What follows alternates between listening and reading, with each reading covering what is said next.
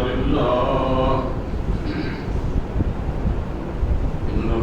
لله نحمده ونستعينه ونستغفره ونعوذ بالله من شرور أنفسنا ومن سيئات أعمالنا من يهده الله فلا مضل له ومن يضلله فلا هادي له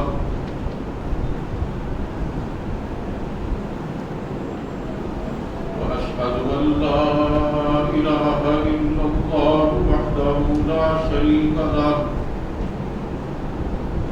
وأشهد أن محمدا عبده ورسوله أما بعد فإن خير الحديث كتاب الله وخير الهدي هدي محمد صلى الله تعالى عليه وسلم وشر الأمور محدثاتها وكل محدثة بدعة وكل بدعة ضلالة وكل ضلالة في النار رب اشرح لي صدري ويسر لي أمري واحلل عقدة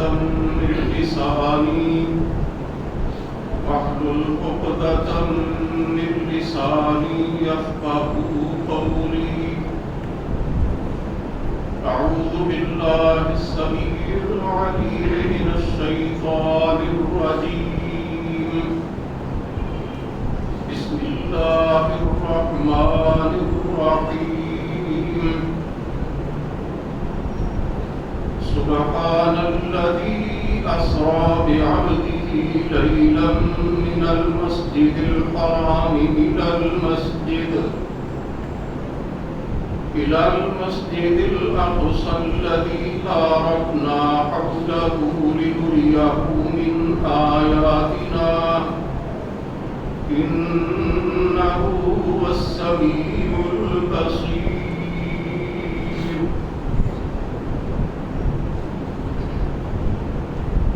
سب تعریفیں اللہ رب العالمین کے لیے ہیں بے شمار درود و سلام نبی اقدس حضرت محمد رسول اللہ صلی اللہ علیہ وآلہ وسلم کی ذات گرامی پر آپ کی آل طاہرہ اور آپ کے صحابہ کرام پر اور قیامت تک آپ کی فرمانبرداری کرنے والے ہر مسلمان پر اللہ کی کروڑوں رحمتیں ہوں۔ حضرات محترم، جب ہم قرآن و سنت کا مطالعہ کرتے ہیں تو یہ بات نمایاں طور پر ہمارے سامنے آتی ہے کہ مکہ مکرمہ اور مدینہ منورہ کے بعد اس زمین پر جو سب سے زیادہ مقدس اور متبرک جگہ ہے وہ ملک شام ہے۔ سرکار دو عالم صلی اللہ علیہ وسلم نے اس کے بہت سے فضائل بیان فرمائے، اور یہ بات یاد رکھیے کہ رسول مقبول صلی اللہ علیہ وسلم کی مبارک زمانے میں ملک شام پر جن علاقوں کا اطلاق ہوتا تھا ان میں لبنان اور فلسطین کا علاقہ پورا شامل تھا۔ آج جس ملک کو ہم شام کہتے ہیں، سیریا کہتے ہیں، قرآن و سنت کی روح سے صرف وہی علاقہ شام کا علاقہ نہیں کہلاتا، بلکہ حقیقی معنوں میں جو پورا فلسطین کا علاقہ ہے وہ بھی اس کے اندر آتا ہے۔ اللہ رب العزت نے اپنے بہت سے انبیاء کرام علیہ السلام کو ملک شام کی طرف مبعوث فرمایا، فلسطین میں بھیجا، اور کئی پیغمبران کرام نے اپنے علاقوں سے ہجرت کر کے فلسطین کے اندر سکونت اختیار کی، جن میں حضرت ابراہیم، حضرت اسحاق، حضرت یعقوب، حضرت لوط اور حضرت یوشع علیہ السلام شامل ہیں۔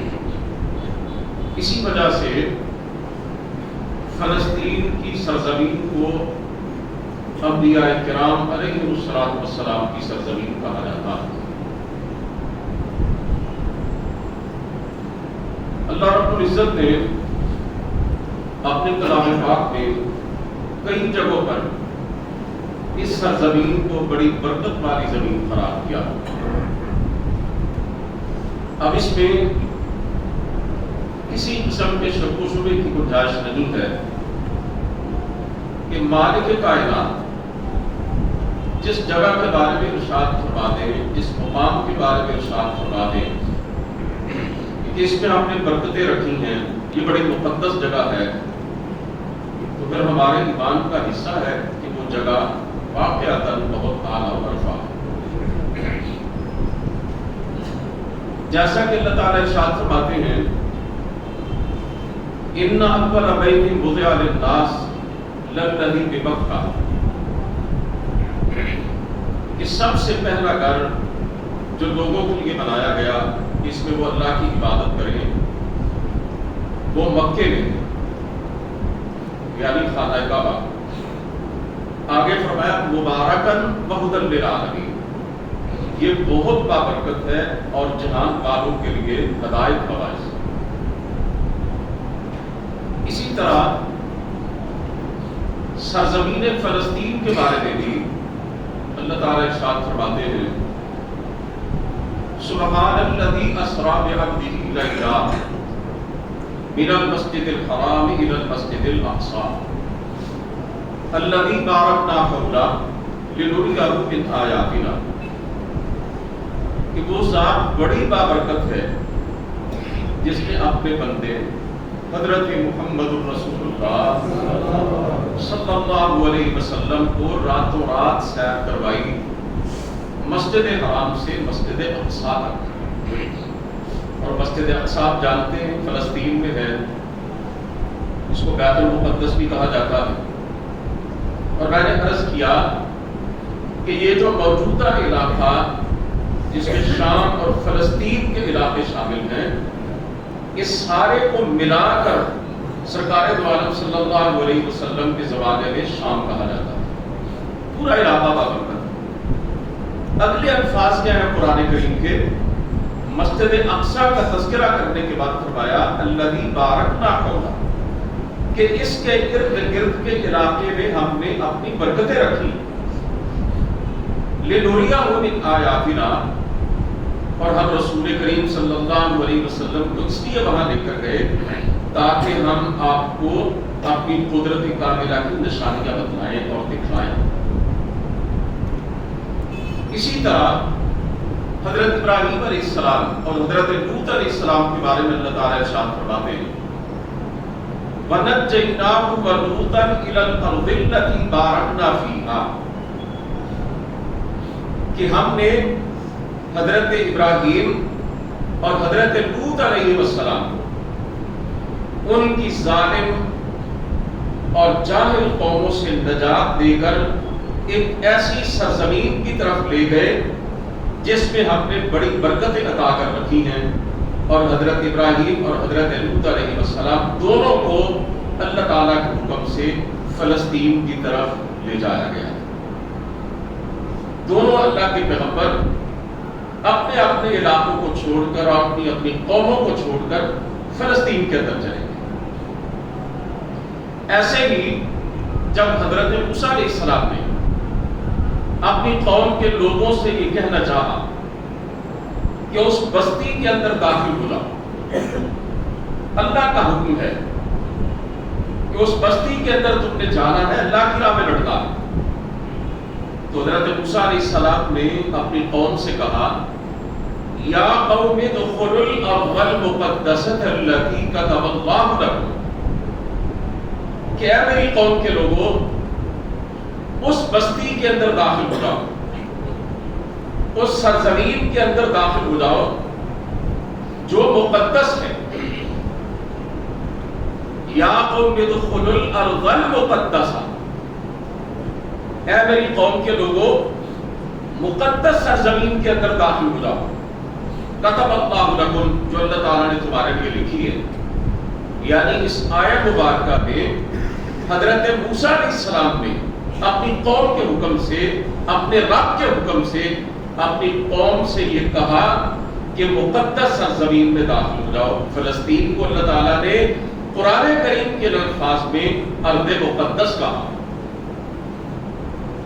ایسے ہی حضرت سلیمان علیہ السلام کے بارے میں اللہ تعالیٰ ارشاد فرماتے ہیں، یہ بھی فلسطین کے اندر تھے، اور ان کے والد گرامی اللہ تعالیٰ کے جلیل القدر پیغمبر حضرت داؤد علیہ السلام بھی فلسطین میں ہی رہتے تھے۔ اللہ فرماتے ہیں وَلِسُلَيْمَانَ الرِّيحَ عَاصِفَةً تَجْرِي بِأَمْرِهِ إِلَى الْأَرْضِ الَّتِي بَارَكْنَا فِيهَا لِلْعَالَمِينَ، کہ آپ نے ہوا کو، تند و تیز ہوا کو سلیمان علیہ السلام کے حکم کے تابع کر دیا تھا۔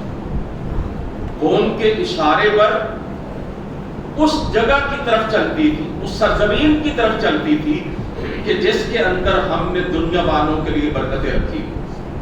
آپ ذرا اندازہ کیجئے کہ کتنی متبرک، کتنی عظیم جگہ ہے یہ فلسطین۔ اللہ خود ارشاد فرما رہے ہیں پوری دنیا کے لوگوں کے لیے ہم نے اسے بابرکت بنایا۔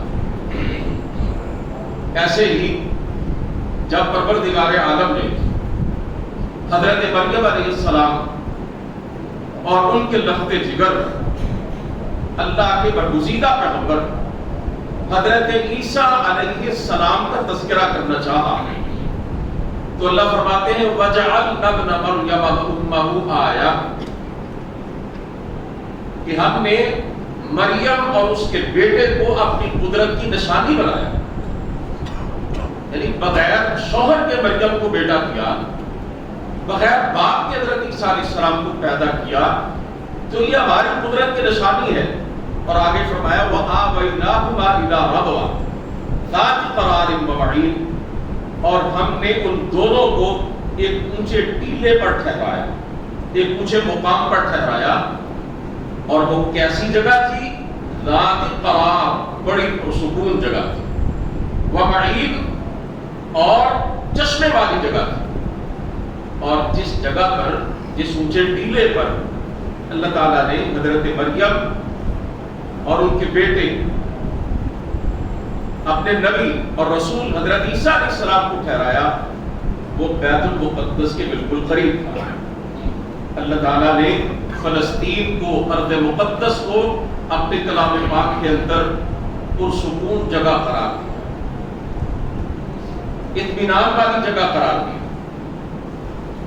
سرکار تو عالم صلی اللہ علیہ وسلم مکہ مکرمہ میں پیدا ہوئے،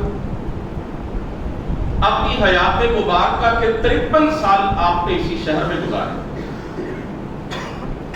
اور 10 سال تقریباً آپ صلی اللہ علیہ وسلم نے مدینہ منورہ میں گزارے۔ لیکن میرے اور آپ کے پیارے پیغمبر علیہ السلام کی حیات مبارکہ جو عظیم واقعہ جسے ہم واقعہ معراج کہتے ہیں،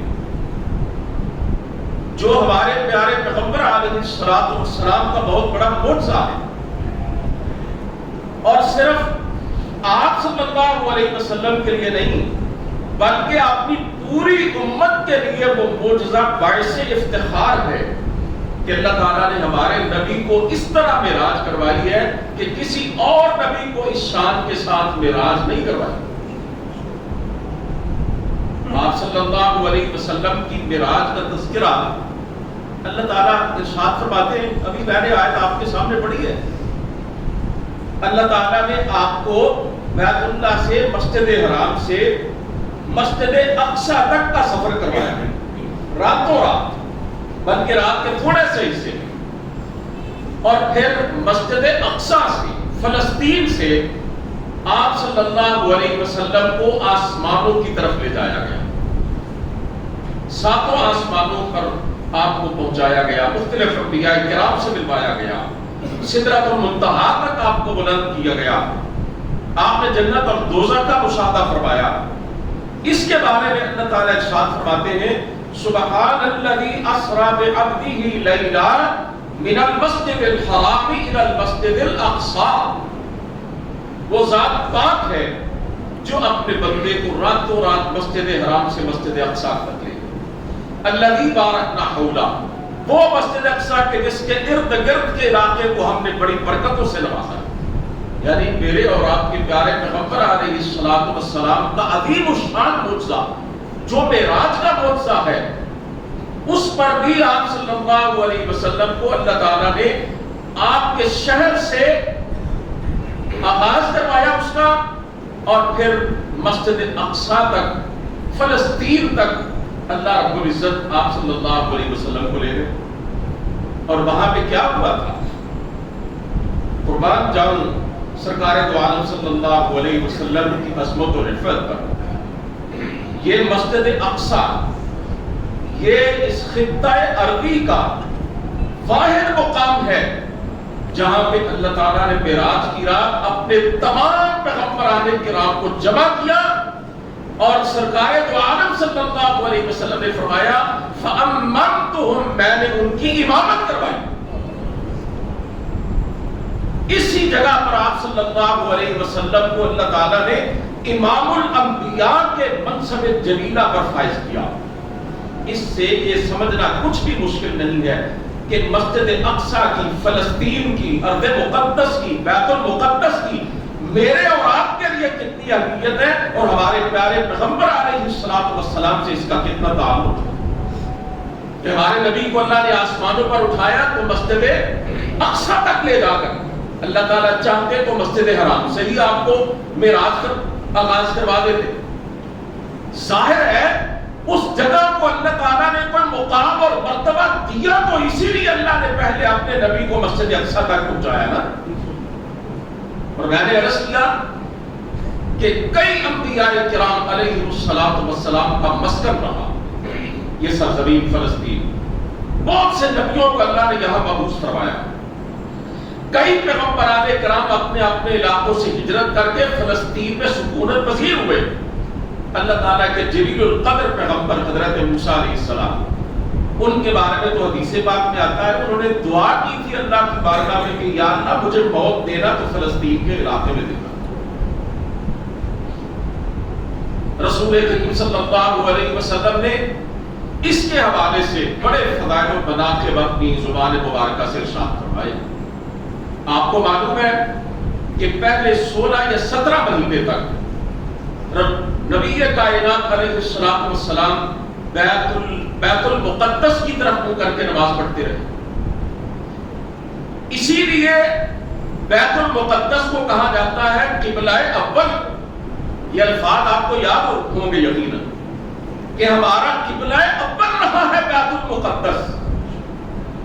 ہم مسلمان اس فلسطین کے علاقے سے کیسے دستکش ہو سکتے، کیسے اپنا تعلق توڑ سکتے کہ ہمارے پیارے پیغمبر علیہ السلام نماز فرض ہونے کے بعد 16 یا 17 مہینے تک اسی کی طرف منہ کر کے نماز پڑھتے رہے، اور آپ کی یہ شدید خواہش تھی کہ بیت اللہ کو، خانہ کعبہ کو قبلہ بنا دیا جائے، میں اس کی طرف منہ کر کے نماز پڑھوں، اور اسی خواہش کے ساتھ آپ اپنا چہرہ مبارک آسمان کی طرف اٹھاتے تھے۔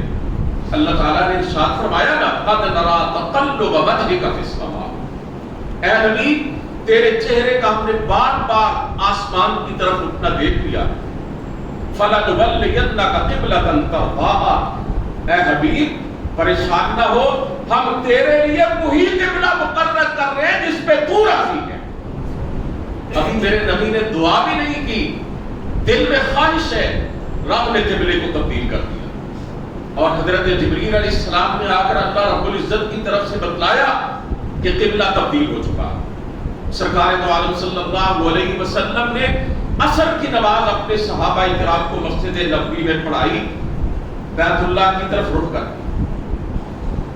جو صحابہ کرام آپ کے پیچھے نماز پڑھ رہے تھے ان میں سے ایک صحابی نماز پڑھنے کے بعد مدینہ منورہ کی ایک دوسری مسجد کے قریب سے گزرے تو دیکھا کہ وہاں پہ صحابہ کرام نماز ادا کر رہے ہیں. انہوں نے کہا میں اللہ کو گواہ بنا کے کہتا ہوں کہ سرکار دو عالم صلی اللہ علیہ وسلم کے پیچھے نماز پڑھ کے آیا ہوں, بیت اللہ کی طرف رخ کر کے قبلہ تبدیل ہو چکا. اور صحابہ کرام کی اتباع رسول کا حال ملاحظہ کیجئے گا, رکوع کے اندر ہی تمام صحابہ کرام نے اپنے آقا و مولا کا فرمان سنا تو اپنا رخ بیت المقدس سے بیت اللہ کی طرف پھیر دیا. نماز کے اندر بھی, حالت رکوع میں بھی. اور آپ میں سے میرے جو بھائی مدینہ منورہ گئے ہیں انہوں نے ایک مسجد کی زیارت کی ہوگی جسے مسجد قبلتین کہا جاتا ہے. بڑی معروف مسجد ہے. مسجد قبلتین کا مطلب کیا ہے؟ دو قبلوں والی مسجد. کہ اسی مسجد کے اندر صحابہ کرام پہلے بیت المقدس کی طرف رخ کر کے نماز پڑھ رہے تھے, پھر رسول کریم صلی اللہ علیہ وسلم کا فرمان عالی شان سنا تو حالت نماز میں ہی اپنا رخ کر لیا بیت اللہ کی طرف. یعنی یہ وہ مسجد ہے کہ جس میں ایک ہی نماز میں دو قبلوں کی طرف رخ کر کے نماز پڑھی گئی تو اسے کہتے ہیں مسجد قبلتین. یہ اس بات کی بھی یادگار ہے اور صحابہ کرام کے اتباع رسول اور اطاعت رسول کی بھی یادگار. اپنے نبی کا فرمان سنا, ذرہ برابر دیر نہیں کی, تصدیق بھی نہیں کی کہ چلے آپ سلام پھیر لیتے ہیں بعد میں تصدیق کر لیں گے کہ کہنے والے نے سچ کہا ہے یا نہیں. اسی وقت اپنا رخ اللہ کے رسول کے ارشاد گرامی پر پھیر دیا. تو میرے بھائیوں, آپ اس سے نہیں اندازہ لگا سکتے کہ مسجد اقصیٰ کی, بیت المقدس کی, ارض فلسطین کی کتنی اہمیت ہے. ذرا توجہ میری طرف کیجیے, اپنے مبارک چہرے میری طرف رکھیے کہ یہ ہمارا قبلہ اول ہے. ہمارا اس سے قلبی تعلق ہے, روحانی تعلق ہے, ایمانی تعلق ہے. ہمارے نبی نے اس کی طرف رخ کر کے 16-17 مہینے تک نمازیں پڑھی ہیں. پوری دنیا بھی کوشش کر لے, ہم ارض فلسطین سے اور مسجد اقصیٰ سے دستبردار ہونے کے لیے تیار نہیں. آج بعض لوگ یہ کہتے ہیں کہ جناب فلسطین کے مسلمانوں نے یہودیوں کے ہاتھوں اپنے زمینیں بیچیں, وہ وہاں جا کے آباد ہوئے, یہ تو مسلمانوں کا قصور ہے, انہوں نے ان کو جگہ دی. یہ بالکل غلط بات ہے. منبر رسول پہ کھڑا ہو کے ذمہ داری سے عرض کر رہا ہوں, یہودیوں کو زبردستی وہاں پہ لایا گیا, وہاں پہ بسایا گیا. پہلی جنگ عظیم کے خاتمے سے پہلے برطانیہ کو اپنی جیت کا یقین ہو چکا ہے, اور پہلی جنگ عظیم کے ختم ہونے سے پہلے یہ جو فلسطین کی سرزمین تھی یہ سلطنت عثمانیہ کا حصہ تھی. یقیناً آپ سلطنت عثمانیہ کے بارے میں جانتے ہیں. مکہ مکرمہ, مدینہ منورہ, حجاز, یہ بھی ترکی کے سلطان کی یہ نگرانی میں تھا. برطانیہ نے جنگ جیتی, بلکہ جیتنے سے پہلے اس دور کا جو سب سے بڑا یہودی لیڈر تھا اس کو خط لکھا کہ ہمارا ارادہ ہے کہ ہم فلسطین کے اندر ایک یہودی ریاست قائم کرنا چاہتے ہیں. پھر اس کا آغاز ہو گیا. اسرائیل جیسی ناپاک اور ناجائز ریاست کی اینٹ رکھ دی گئی, بنیاد رکھ دی گئی. دو مسئلے ہیں اس وقت جو عالم اسلام کے لیے ناسور بنے ہوئے ہیں. ایک مسئلہ کشمیر ہے اور ایک مسئلہ فلسطین ہے, اور یہ دونوں مسئلے برطانیہ کے پیدا کیے. جب پاکستان بنا تھا تو اصول تو یہ تھا نا بر صغیر کی تقسیم کا کہ جو مسلم اکثریتی علاقے ہیں وہ پاکستان میں شامل ہوں گے اور جو ہندو اکثریتی علاقے ہیں وہ بھارت میں شامل ہوں گے. اب کشمیر جو تھا اس میں سارے مسلمان رہتے تھے، تقریباً 100% مسلمان رہتے تھے، اسے پاکستان کا حصہ ہونا چاہیے تھا، اور بھارت کو کشمیر سے صرف ایک راستہ ملتا تھا، گرداسپور کا۔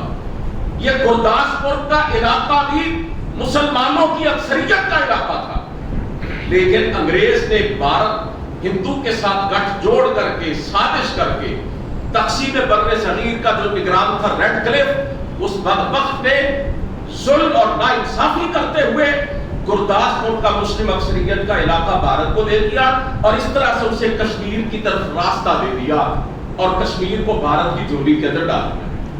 اب آپ کو معلوم ہے نا کہ کشمیر کے مسلمان کتنے عرصے سے اپنی آزادی کی جنگ لڑ رہے ہیں، شہیدوں کے قبرستانوں کے قبرستان آباد ہیں، 80,000 سے زیادہ کشمیری ہماری مائیں بہنیں بیٹیاں جو ہیں ان کی عصمتیں پامال ہو چکی ہیں، پتہ نہیں کتنے ہمارے بچے بوڑھے نوجوان جو ہیں وہ تہہ تیغ کر دیے گئے ہیں، کتنے مجاہدین جو ہیں انہوں نے آزادی کے لیے اپنا تن من دھن لٹا دیا، اور وہ رکے نہیں ہیں، تھمے نہیں ہیں۔ اسی طرح یہ فلسطین کا مسئلہ بھی یہ برطانیہ کا پیدا کرتا ہے۔ آپ جانتے ہیں برطانیہ نے ایک وقت میں اس طرح اپنی حکومت پھیلائی تھی کہ اس کے بارے میں کہا جاتا تھا کہ اس کی سلطنت میں سورج نہیں ڈوبتا، بڑے بڑے علاقوں کو اپنی غلامی کی زنجیروں میں جکڑا تھا۔ سلطنت عثمانیہ کو انہوں نے خاتمہ کیا، اور اس کے بعد فلسطین کے اندر ناجائز اور ناپاک ریاست اسرائیل کی بنیاد رکھی، اور پوری دنیا کے یہودیوں کو اکٹھا کر کے وہاں پر بسانا شروع کر دیا۔ میں نے پڑھا ہے اور یہ بات ریکارڈ پر ہے، ایک پاکستانی جو ہے وہ فلسطین میں گیا اور اس نے یہ بتایا کہ بیت المقدس کے بالکل قریب ایک مسلمان کی چھوٹی سی دکان تھی، اس کا گھر نہیں تھا، اسے اسرائیل کی طرف سے یہ پیشکش کی گئی تھی کہ تجھے اور تیرے سارے خاندان کو دنیا کے جس ملک میں چاہتا ہے ہم بھجوا دیں گے، سارا خرچہ ہم کریں، وہاں میں تمہاری رہائش بھی ہوگی، تمہارے بچوں کو کاروبار بھی دیا جائے گا، اور جتنا پیسہ تم کہتے ہو ہم تمہیں دیتے ہیں، یہ دکان اور مکان ہمیں دے دو۔ اس نے کہا میں تو کیا، میری آنے والی نسلیں بھی مسجد اقصیٰ جو ہمارے نبی کی یادگار ہے اور ہمارا قبلہ اول ہے، اس کے پڑوس سے میں جانا گوارا نہیں کر سکتا، خواہ پوری دنیا کے خزانے میرے قدموں میں ڈالیں۔ اور ایسی بے شمار مثالیں موجود ہیں، میں تو طوالت اور وقت کی قلت کی وجہ سے ایک مثال آپ کے سامنے عرض کر رہا ہوں۔ فلسطین کے مسلمان برطانیہ کے پیدا کردہ اس مسئلے کی وجہ سے کئی عصروں کے اندر اسرائیل جیسے درندے کے ظلم اور جبر کو برداشت کر رہے ہیں۔ یہ ہمارے لوگ اپنے ہیں جو یہاں پہ ڈرے ہوئے ہیں اور کہتے ہیں کہ اسرائیل یہ کر دے گا وہ کر دے گا، اللہ کی قسم اپنی بچوں کی لاشیں تو اٹھا رہے ہیں، لیکن ان کی عزم اور ارادے کے اندر کوئی کمزوری نہیں آئی ہے۔ سرکار دو عالم صلی اللہ علیہ وسلم نے ارض فلسطین کے بارے میں اور مسجد اقصیٰ کے بارے میں یہ بات ارشاد فرمائی، لا تشد الرحال الا الى ثلاثة مساجد، المسجد الحرام ومسجد الرسول صلی اللہ علیہ وسلم ومسجد الاقصیٰ۔ فرمایا 3 مقامات کے علاوہ، 3 مسجدوں کے علاوہ کسی کی طرف زیادہ ثواب کی نیت لے کر اور قصداً جانے کی اجازت نہیں ہے، جائز ہی نہیں ہے۔ وہ 3 مسجدیں کون سی ہیں؟ پہلی مسجد آپ نے فرمایا مسجد حرام، بیت اللہ، کعبۃ اللہ۔ دوسرا آپ نے فرمایا وہ مسجد الرسول، اور میری مسجد مسجد نبوی، اور تیسرا آپ نے فرمایا المسجد الاقصیٰ، مسجد اقصیٰ۔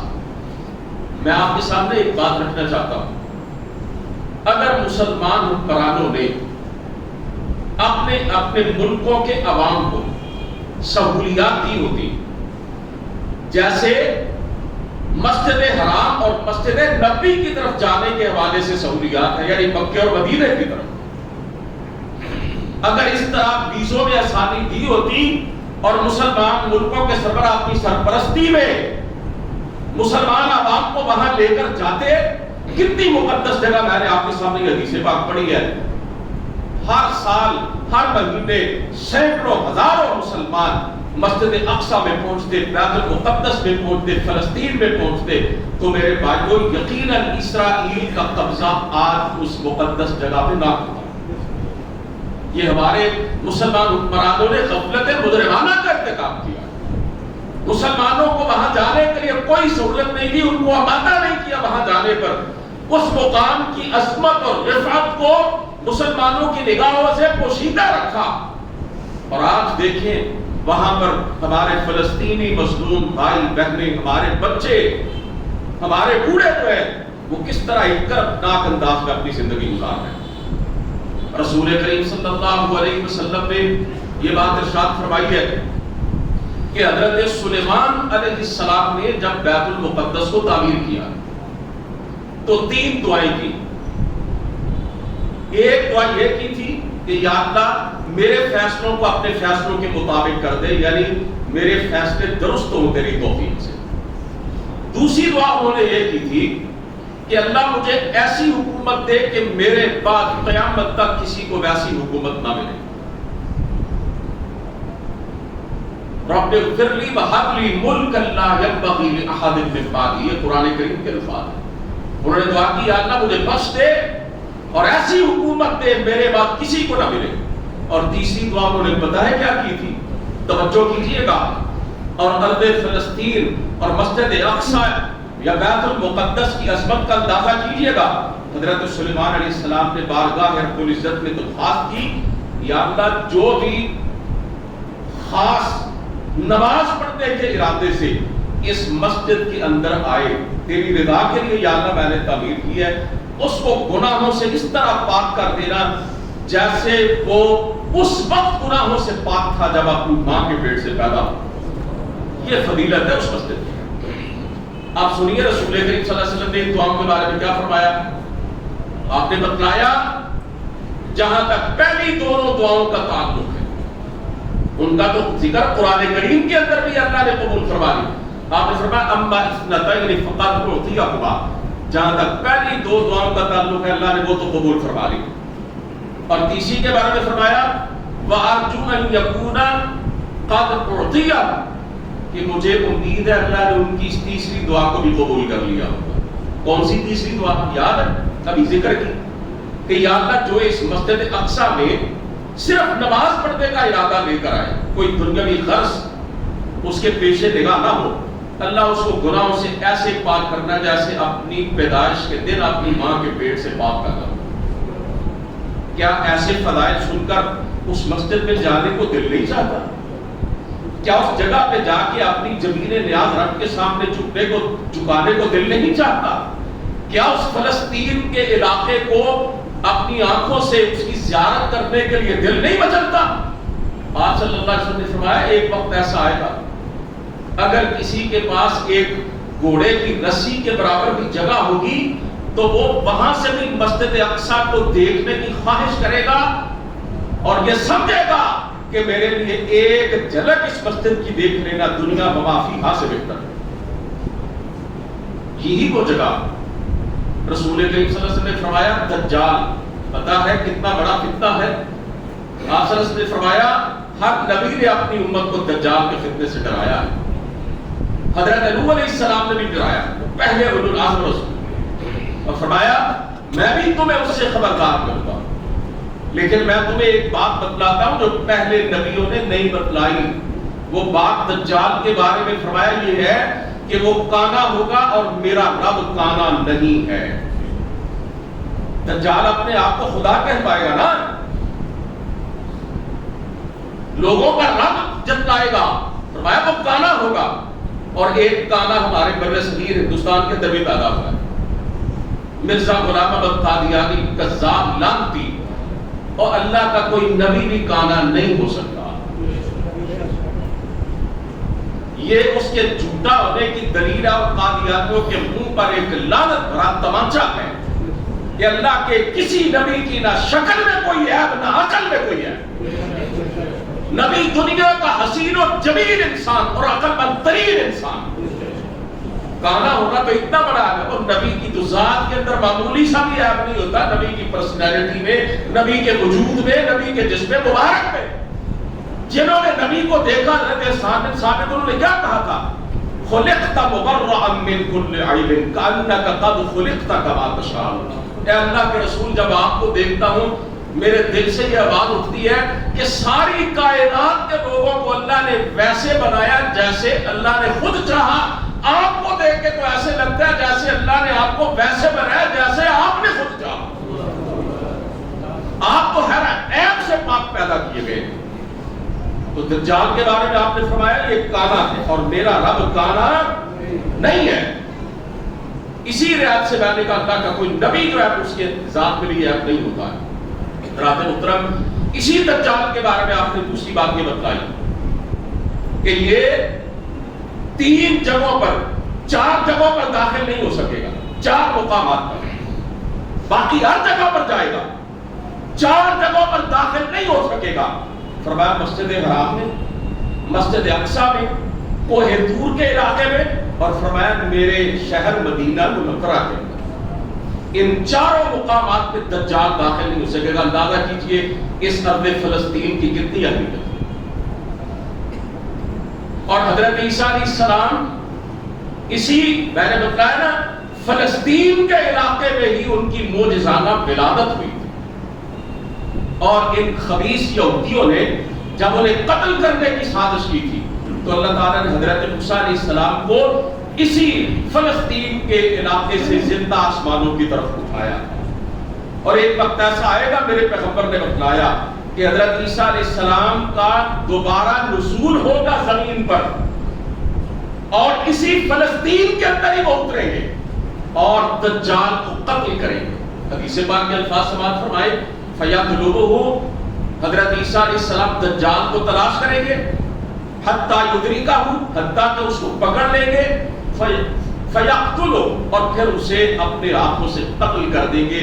دنیا کے سب سے بڑے فتنے کا خاتمہ بھی ہوگا۔ تو فرمایا اللہ کے رسول نے بے باب لد، حضرت عیسیٰ باب لد کے پاس اس کو پا کے اس کو قتل کر دیں گے۔ دجال کا فتنہ ختم ہوگا اسی سرزمین کے اندر، اور یہ جو باب لد ہے یہ بیت المقدس کے بالکل قریب ہے۔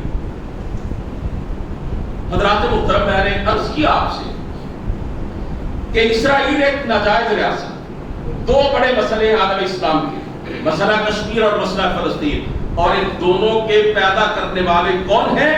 برطانیہ، ایک گوڑی چمڑی والے انسانیت کے دشمن جو دراصل دکھانے کے طور پر انسانی حقوق کے علمبردار بنے کرتے ہیں۔ حضرت قائد اعظم علیہ الرحمہ بانی پاکستان، انہوں نے اسرائیل کے قیام کے وقت یہ کہہ دیا تھا کہ اسرائیل امت مسلمہ کے سینے میں گڑا ہوا ایک خنجر ہے، یہ ایک ناجائز ریاست ہے، اور ہم کسی قیمت پر بھی اس کو تسلیم نہیں کریں گے۔ پاکستان نے ابھی تک اس کو تسلیم نہیں کیا۔ آج فلسطین پر اسرائیل نے امریکہ کی سرپرستی میں قیامت ڈھائی ہوئی ہے، اور گزشتہ 3-4 دنوں کے اندر اندر چھوٹے سے شہر کی 700 سے زیادہ کثیر المنزلہ عمارتوں کو بمباری کر کے مسمار کر دیا گیا۔ 2 منزلہ یا اس سے زیادہ اونچی جو بلڈنگیں سب ڈھا دی گئی ہیں۔ اب ذرا آپ سوچئے کہ ہمارے گلی کے اندر بارش کا گندا پانی کھڑا ہو جائے تو ہمیں کتنی کوفت ہوتی ہے۔ اور یارو اس شہر کے باسیوں کے بارے میں تو سوچو جس کی 700 عمارتیں جو ہے وہ منہدم کر دی گئی، ان کے بچے بلک رہے ہیں، اس کے ملبے تلے دبے ہوئے ہیں، اور سینکڑوں کی تعداد میں وہ جام شہادت نوش کر چکے ہیں۔ اور میرے ملک کا ایک غدار اور ایک خبیث صحافی یہ کہتا ہے کہ اسرائیل کو اب چاہیے کہ یہ جنگ اس وقت تک ختم نہ کرے جب تک حماس کا خاتمہ نہیں ہوتا۔ آپ ذرا غور کیجئے، مسلمانوں کو جب بھی شکست ہوئی ہے ان کے اپنی صفوں کے اندر کے غداروں سے ہوئی ہے، اسے شرم نہیں آئی یہ کہتے ہوئے۔ میں نے ابھی آپ کے سامنے فلسطین، بیت المقدس اور مسجد اقصیٰ کی اہمیت اور عظمت پر کتنی آیتیں پڑھی اور کتنی حدیثیں پڑھی. کیا ایک مسلمان سوچ سکتا ہے کہ فلسطین اور بیت المقدس اسی طرح یہودیوں کے قبضے میں رہے؟ مسلمان ملکوں کے حکمران امریکہ کے خوف سے اپنی زبانوں پر تالے لگائے بیٹھے. کسی کے اندر اتنی ہمت نہیں کہ زبانی کلامی بھی مذمت کر دے. اس کی دو وجوہات ہیں. ایک تو یہ ہے کہ یہ امریکہ سے ڈرتے ہیں اور اپنی حکومتوں کو امریکہ کا مرہون ملت سمجھتے ہیں کہ اگر وہ ناراض ہو گیا تو پھر ہماری کرسیاں ہل جائیں گی یا گر جائیں گی. امریکہ کو اپنا آقا سمجھتے ہیں. کیا سعودی عرب اور کیا متحدہ عرب امارات اور کیا پاکستان کے بیداری حکمران، سب کی یہی صورتحال. اور دوسری وجہ یہ ہے کہ فلسطین کی مجاہد تنظیم تحریک آزادی فلسطین کو لے کر اٹھنے والی یہ مجاہد صفت نوجوانوں اور غازیوں کی یہ تنظیم، اس سے بھی ہمارے مسلمان ملکوں کے حکمران خوف زدہ ہیں. عرب ممالک خاص طور پر جہاں پہ بادشاہتے ہیں، انہیں یہ ڈر ہے کہ اگر حماس جیسی تحریکیں، اسلامی تحریکیں جو ہیں، یہ زور پکڑ گئی، قوت پکڑ گئی تو ہماری حکومتوں کے خاتمے کا سبب بن سکتی ہیں. جیسے صدر مرسی کی حکومت سے مصر کے فرعون صفت جرنیلوں کے ساتھ ساتھ امریکہ اور اسرائیل بھی لرزہ برنزدان.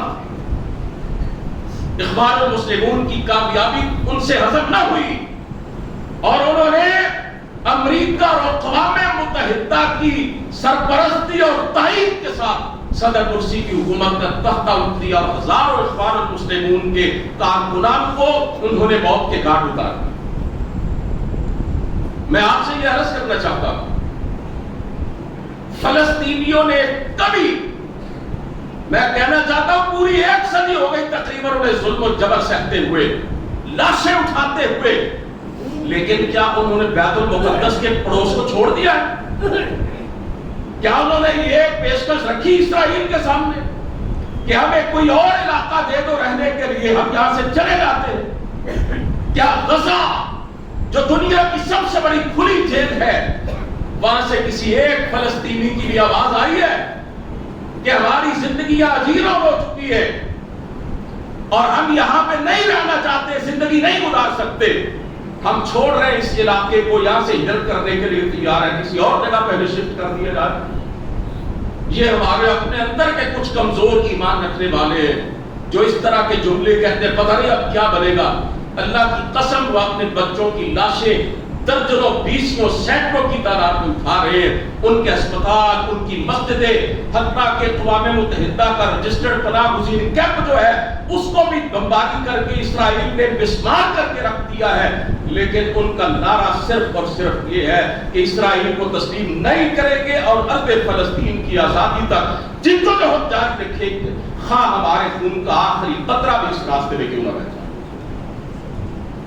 اور میری بات نوٹ کیجئے گا، ایک وقت ایسا آئے گا، ایک اسرائیل کی بات نہیں کرتا، ایک یہودی بھی اس دنیا میں صفحہ ہستی سے مٹ جائے گا. یہ رسول کریم صلی اللہ علیہ وسلم کا فرمان. ذرا پڑھ کے تو دیکھیں قرآن کریم کو، یہ ہے کون، ان کے اباء و اجداد کون تھے؟ اللہ فرماتے ہیں میری نازل کردہ کتابوں کو بدلنے والے، اپنی طرف سے باتیں لکھ کر کہنے والے، یہ اللہ کے احکامات ہیں، میری شریعتوں کا حلیہ بگاڑنے والے. اللہ تو یہاں تک کہتے ہیں یقتلون النبیین بغیر الحق، میرے پاک پاس نبیوں کو قتل کرنے والے. کسی نبی کے ذمہ کوئی گناہ ہوتا ہے؟ نبی تو معصوم عن الخطا ہوتا ہے. قرآن مجید میں اللہ 2-4 مقامات پر یہ فرماتے ہیں کہ یہ نبیوں کو قتل کرنے والے ہیں ظالم. مدینہ منورہ کے پاس یہودی قبیلے رہتے تھے، بڑی تعداد میں تھے.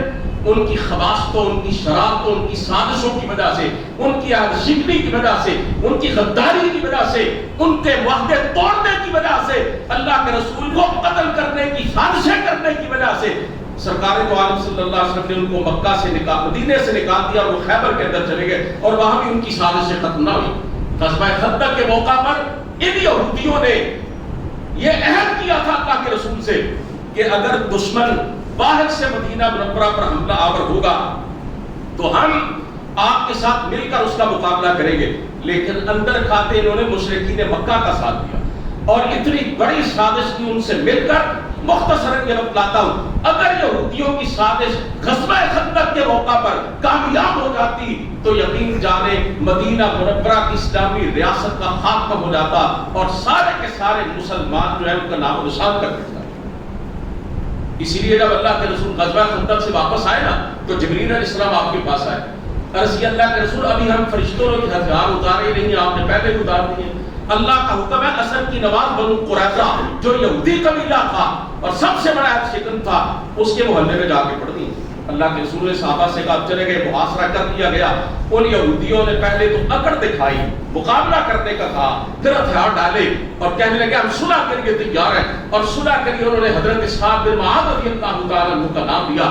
اللہ کے رسول نے ان کو بلایا، حضرت اسحاق گدھے پر سوار ہو کر آئے، آپ نے انہیں اکرام دیا، قوموا الی سیدکم، فرمایا صحابہ سے اپنے سردار کی آمد پہ کھڑے ہو جائے۔ انہوں نے یہودیوں کی کتاب تورات کے مطابق بدعہدی اور غداری کی سزا سنائی اور فیصلہ دیتے ہوئے کہا ان کے جتنے لڑنے کے قابل مرد ہیں ان کو قتل کر دیا جائے، ان کی عورتوں کو لوڈیا بنا دیا جائے، ان کے بچوں کو غلام بنا لیا جائے۔ یہ فیصلہ جاری ہوا اور اللہ کے رسول نے خندق کھود کر 600 یہودیوں کے سر قلم کیے، تب جا کے اس فتنہ کا خاتمہ ہوا۔ جب تک دنیا میں یہودی موجود ہے میں آپ کو واضح طور پہ کہتا ہوں دنیا کے اندر امن قائم نہیں ہو سکتا۔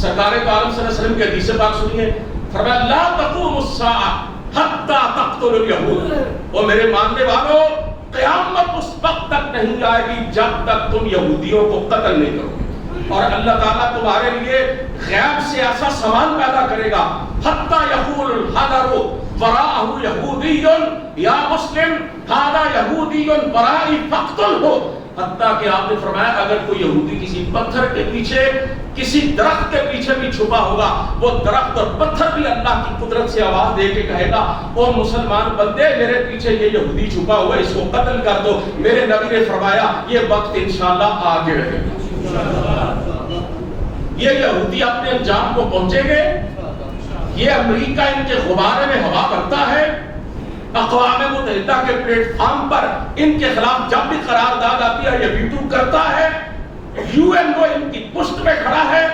لیکن جب اللہ وقت لائے گا، جب میرے نبی کا وعدہ جو ہے وہ سامنے آئے گا تو آپ دیکھیں گے فلسطین آزاد ہوگا، اور آپ یہ بھی دیکھ لیں گے ہمارے فلسطینی مسلمان بھائی کسی قیمت پر بھی اپنے علاقے سے دستبردار نہیں ہوں گے۔ وہ ایسی چٹان ہے الحمدللہ کہ جن سے ٹکرا کے باطل کی قوتیں پہلے بھی پاش ہو چکی ہیں اور اب بھی پاش ہو جائے گی۔ اللہ رب العزت نے اپنے قرآن کریم کے اندر یہ بات ارشاد فرمائی ہے بل نقذف بالحق علی الباطل فیدمغه فاذا هو زاهق، اللہ فرماتے ہیں جب ہم چاہتے ہیں تو پھر لوگ اس طرح کا منظر دیکھتے ہیں کہ ہم حق کو باطل پہ دے مارتے ہیں اور باطل کا دماغ پھٹ جاتا ہے، اس کا سر کچل دیا جاتا ہے اور پھر باطل دنیا میں دکھائی بھی نہیں دیتا، لوگ سوچتے ہیں کہ کبھی یہ تھا بھی کہ نہیں تھا۔ یہ وقت انشاءاللہ العزیز آگے رہے گا، ہم مجبور ہیں، ہم کچھ نہیں کر سکتے، ہم اپنے بھائیوں کو بہنوں کو بچوں کو تڑپتا ہوا دیکھتے ہیں، ہمارے دل میں کرب اور اذیت کی ناقابل بیان کیفیت پیدا ہوتی ہے، ہم اپنے حکمرانوں کی بزدلی اور بے حمیتی کے نتائج بھگت رہے ہیں، ان کی دنیا پرستی اور مفاد پرستی اور حکومت کے لالچ کی وجہ سے ہم یہ دن دیکھنے پر مجبور ہیں، لیکن ہم صدق کے دل سے یہ دعا کرتے ہیں کہ یا اللہ اپنے ان مظلوم بندوں کی مدد فرمانا، ہمارے جسم کا روح ان کے لیے دعا کرتا ہے اور ان کے لیے اللہ کی بارگاہ میں التجا کرتا ہے۔ اللہ کی قسم اگر مسلمان ملکوں کے حکمران اپنی فوجوں کو نہیں اپنے نوجوانوں کو ہی کہیں ہم تمہیں راستہ دیتے ہیں اور جاؤ اسرائیل کے خلاف جا کے جہاد کرو، اس گئے گزرے دور کے اندر بھی اسرائیل کی گولیوں کے سامنے اپنی چھاتی کھڑی کرنے والے مسلمان نوجوان موجود ہیں۔ الحمدللہ یہ جذبہ جہاد قیامت تک اللہ کے رسول نے فرمایا ختم نہیں ہو سکتا، نہ کسی عادل کا عدل جہاد کو ختم کر سکتا ہے، نہ کسی ظالم کا ظلم اس کو ختم کر سکتا ہے۔ وآخر دعوانا الحمدللہ رب العالمین۔